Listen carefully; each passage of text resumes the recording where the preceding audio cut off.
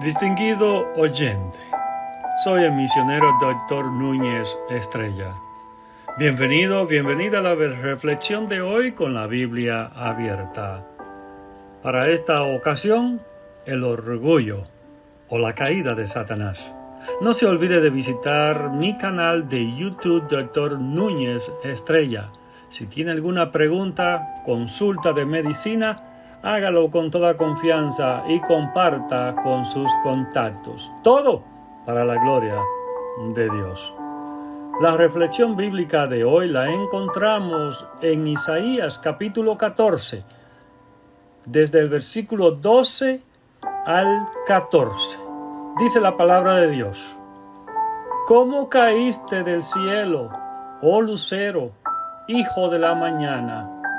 Cortado fuiste por tierra, tú que debilitabas a las naciones, tú que decías en tu corazón: subiré al cielo en lo alto, junto a las estrellas de Dios. Levantaré mi trono, y en el monte del testimonio me sentaré, a los lados del norte. Sobre las alturas de las nubes subiré, y seré semejante al Altísimo. Las creencias de la gente sobre Satanás van de lo ridículo a lo abstracto, o sea, a lo impreciso, a lo inconcreto. De un hombrecito rojo con cuernos que se sienta en su hombro, impulsándole a pecar, a una expresión usada para describir la personificación del mal. Sin embargo, la Biblia nos da una clara descripción de quién es Satanás y cómo afecta nuestras vidas. Sencillamente, la Biblia define a Satanás como un ser angelical que cayó de su posición en el cielo por pecar y que ahora está diametralmente, o sea, directamente opuesto a Dios, haciendo todo lo que está en su poder para desbaratar los propósitos de Dios. Satanás fue creado como un ángel santo. Isaías capítulo 14 en la lectura bíblica de esta reflexión le da a Satanás el nombre de lucero antes de su caída, según el versículo 12. Satanás, originalmente creado como un querubín y aparentemente como el más alto de los ángeles creados, pero ante su posición y belleza, él se volvió arrogante y deseó sentarse en un trono y ser semejante a Dios.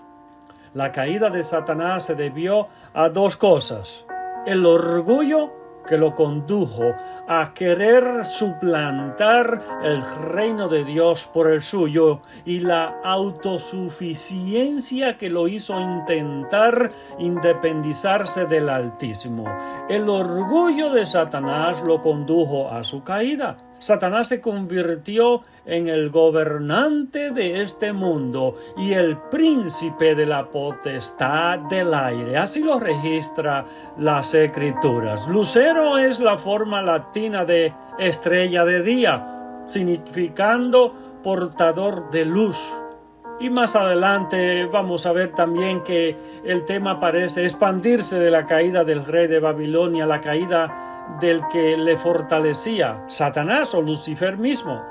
Ryrie escribe que esto es evidentemente una referencia a Satanás por la descripción que Jesús da en Lucas capítulo 10, versículo 17, donde volvieron los 70 de su misión y estaban llenos de gozo, que aún los demonios les sometían a ellos. Lucas, el mismo libro, Lucas capítulo 10, versículo 18, y les dijo: yo veía a Satanás caer del cielo como un rayo. Por el tiempo imperfecto, en el original, esta debería expresarse en la traducción: yo estaba contemplando a Satanás cayendo como relámpago del cielo. Es decir, yo os seguía en vuestra misión y miraba sus triunfos. Aquí Jesús hablando, mientras os asombrabais de que se sujetasen a vosotros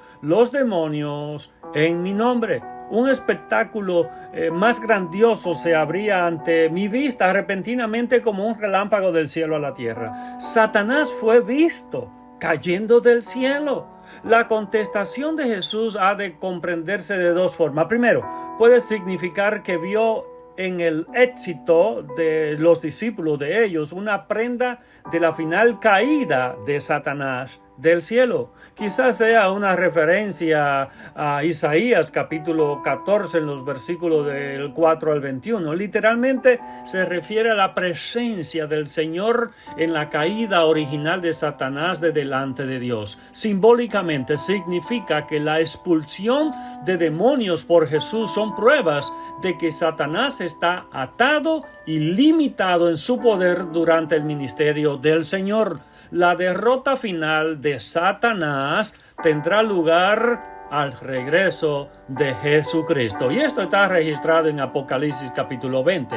Una segunda posible interpretación, regresando a lo que Lucas, versículo 10 del capítulo 10, de las palabras de Jesús, es como advertencia en contra de la soberbia, o sea, del orgullo. En otras palabras, fue la soberbia lo que hizo caer a Lucifer y que sea echado del cielo. Y por lo inapropiado de las expresiones de Isaías, el capítulo 14, en los versículos 13 y 14, en labios de que nadie que no fuese Satanás. Y este lucero, hijo de la mañana, fue arrojado del cielo por aseverar con orgullo su propia voluntad por encima de la de Dios. El orgullo se reveló por primera vez cuando Lucifer intentó establecer su trono en lo alto con presuntuosa independencia de Dios. El diablo caído infundió en Adán y Eva el deseo de ser como dioses, como el resultado de que toda la naturaleza del hombre quedó infectada con orgullo a causa de la caída. La condenación del diablo está relacionada con el orgullo. En primera de Timoteo capítulo 3 versículo 6, no un neófito, no sea que envaneciéndose caiga en la condenación del diablo. No un neófito, un recién convertido, está diciendo aquí el apóstol. El diablo podrá traer un reproche sobre los hombres, pero no puede traerlos a la condenación, porque él no juzga, sino que es juzgado.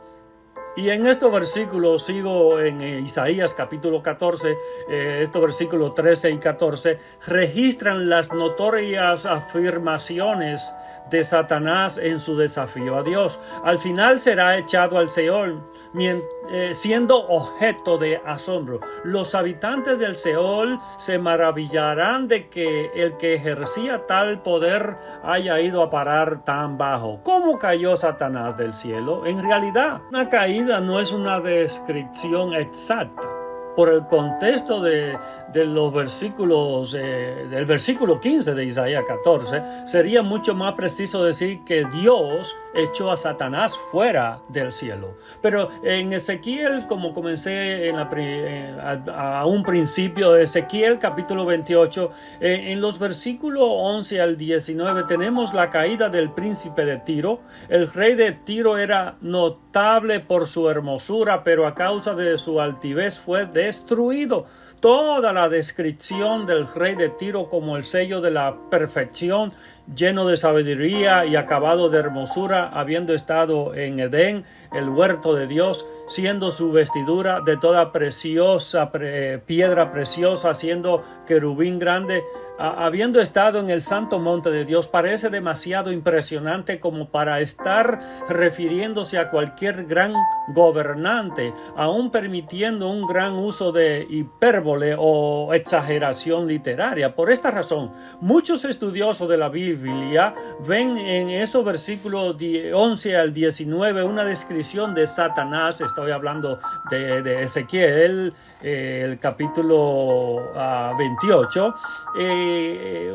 muchos estudiosos creen que aparentemente esa descripción de Satanás y su caída del cielo, y alguien explica aparentemente Ezequiel tenía en mente la situación de su época con su atención fija sobre el gobernante de Tiro, la personificación de la altivez y la impiedad. Pero al contemplar los pensamientos y modales del monarca, discernió claramente tras él la fuerza que le motivaba y la personalidad que le empujaba en su oposición a Dios.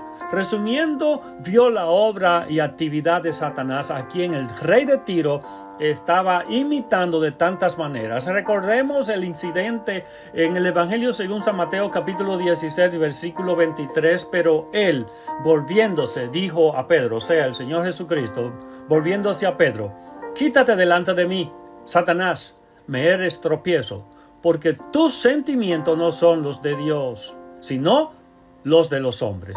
Aquí en Mateo capítulo 16, en los versículos 21 al 23, cuando nuestro Señor Jesús reprendió a Pedro, aunque los discípulos habían captado el hecho de que Jesús era el Mesías de Dios, todavía no habían comprendido todas las implicaciones de aquel gran hecho. Ellos estaban pensando todavía en términos de un Mesías conquistador, un rey guerrero que barrería a los romanos de Palestina y conduciría a Israel al poder.